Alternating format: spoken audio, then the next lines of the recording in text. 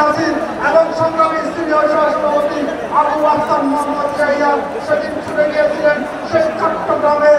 জুলাই আগস্টের বর্ষপূর্তিতে ঐতিহাসিক ছাত্র সমাবেশের যে বার্তাটা ছাত্র সমাজ দিতে চায় বা আমরা দিতে চাই সেটা হলো এই 16-17 বছরের যেই স্বৈরাচার মাথাচাড়া দিয়ে উঠেছিল ছাত্র সমাবেশ, কিন্তু ছাত্র জনতা কিন্তু সেই স্বৈরাচারকে ঐতিহাসিকভাবে পতন ঘটিয়েছে। একটা মোটামুটি যুদ্ধক্ষেত্র বলা যায়। আমরা একটা যুদ্ধের মাধ্যমে এই 24-এর অভ্যুত্থান আমরা পেয়েছিলাম।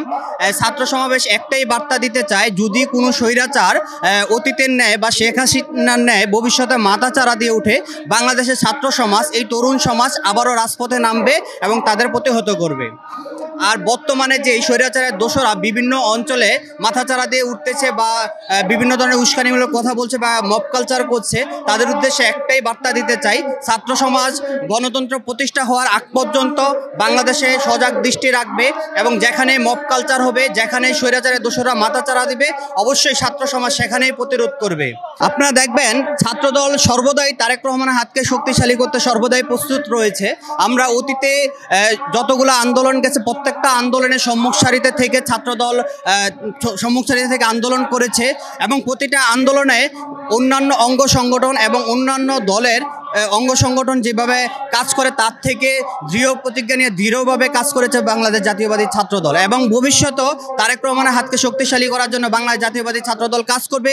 পাশাপাশি সাধারণ ছাত্রদের অধিকার নিয়ে কাজ করবে এবং দেশের গণতন্ত্র প্রতিষ্ঠার জন্য বাংলাদেশ জাতীয়বাদী ছাত্রদল অবশ্যই রাজপথে ছিল, রাজপথে থাকবে ইনশাল্লাহ। আজকের এই ছাত্র সমাবেশ জুলাই আগস্টের শহীদদের স্মরণে 1 বর্ষ পূর্তি উপলক্ষে বাংলাদেশ ছাত্রদল বিশ্বাস করে যে শহীদদের যাতে যে অবদান, তাদের যে এই শহীদদের যে আত্মত্যাগের যে চেতনা, সেগুলো বৃথা যেতে না যায়, সেগুলো ধরে রাখার জন্য মানুষের মধ্যে ছড়িয়ে দেওয়ার জন্য বাংলাদেশব্যাপী যাতে এটা ছড়িয়ে যায় সেই বার্তা পৌঁছে দেওয়ার জন্য আজকে এই সমাবেশ।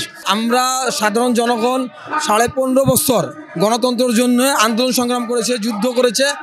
এই জুলাই আগস্টের ঐতিহাসিক গণ অভ্যুত্থানের বর্ষপূর্তিতে আমরা একটাই আবেদন করছি যে মানুষের ভোটাধিকার ফিরিয়ে দেখ, গণতন্ত্র ফিরে আসুক, মানুষ তার জনপ্রতিনিধি নির্বাচিত করুক।